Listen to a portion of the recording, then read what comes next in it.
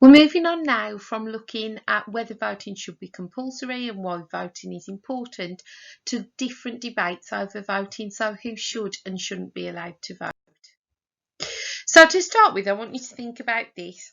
Imagine you're in a class and I ask you guys to vote whether we should have homework today. But I say to my year 10 class, so it's 14 and 15-year-olds, that only 15-year-olds should be able to vote. Is that fair? Then I say anybody who's had any form of detention or any problem with behaviour whatsoever isn't allowed to vote. Is that fair? Also, have a look just quickly at the literacy, choose which one is the right word. Think about how you feel if you're 14. Is it your fault you're not 15 yet? You're still in the same class, yet you're not allowed to vote. So you've been late to school once, or maybe you've had your trainers on when you shouldn't, and you're not allowed to vote. How would that make you feel? Quick practice question then. Elections to the House of Commons. What's the minimum voting age? You should all know the answer quite easily. And then a quick numeracy quiz for you to do as well. Okay. Try and think of 3 groups of people in this country who are not allowed to vote. Then try and think of a couple of reasons why for each group why they're not allowed to vote. Press pause and have a go. The first one we're going to look at is prisoners.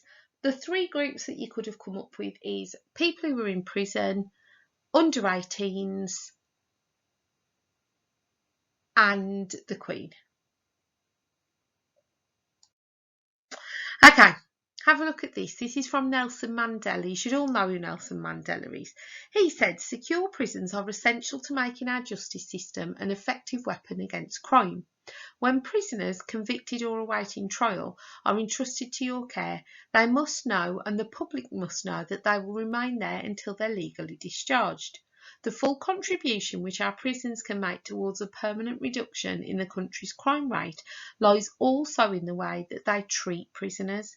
We cannot emphasise enough the importance of both professionalism and respect for human rights. So basically what he's arguing is, if we want our people who go to prison to be reformed, to be better people, then we've got to treat them right, and we've got to engage them within the democratic system. We've got to engage them within society. We've got to be professional and respect their human rights. It is a human right to be able to vote. So is he right? Should we allow our prisoners to vote to make them feel part of society and to make them engage more in the democratic process? Or are they there for a reason and we should punish them? So should prisoners have the right to vote? There's some videos you can Google yourselves on YouTube for and against prisoners voting, and you'll see very biased media either way. You could have an 8-mark question that says all prisoners should have the right to vote in elections, considering a range of views. To what extent do you agree with this statement? To get your top marks, you need to be looking at a developed and sustained analysis of a wide range of evidence. So you're not just making a point, you're actually explaining it, you're going into the ins and outs of it, okay, with a reasoned and developed justification. So you need to look at how we deal with those who commit crime and who can and can't vote.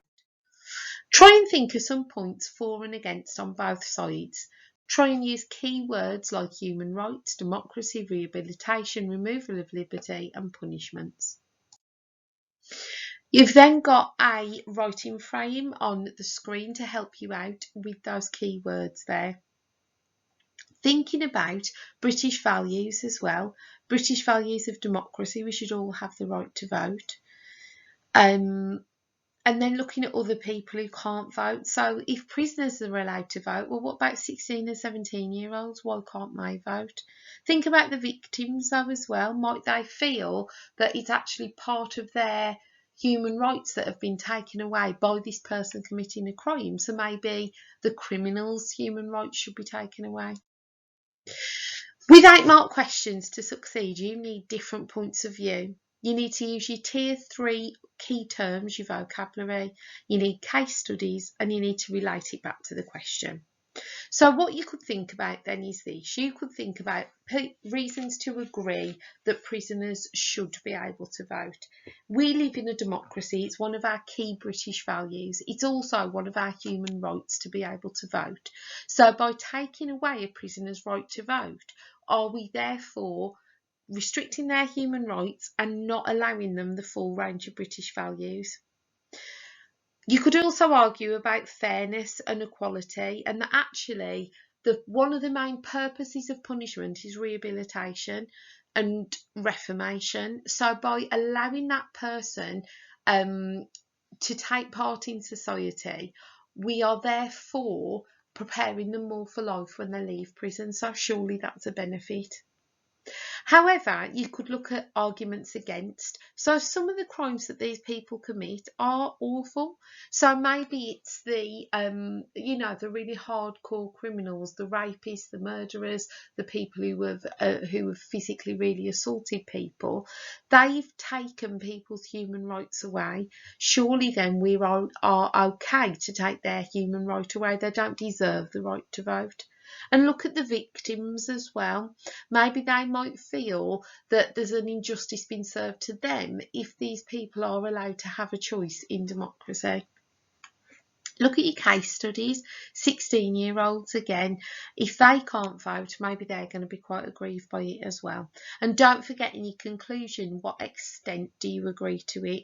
So do you fully agree, partially disagree, fully disagree, and explain why. There's some points on here that are from the actual mark scheme that you can press pause and have a look at too. So the next one is age. This is for you guys to think about. I'm not going to give you an 8-mark question, but have a look at arguments for and against. A lot of people argue that the voting age should be lowered to 16. Have a think about it, come up with a couple of reasons why it should be, a couple of reasons against. Think about the fact that 18 to 24-year-olds don't vote by mass.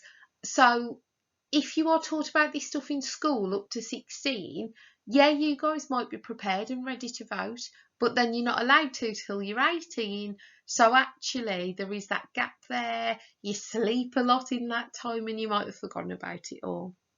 Think about 16-year-olds you know. Do you trust them with deciding on how to run the country? Have a think about it, a couple of points on each side. Thank you.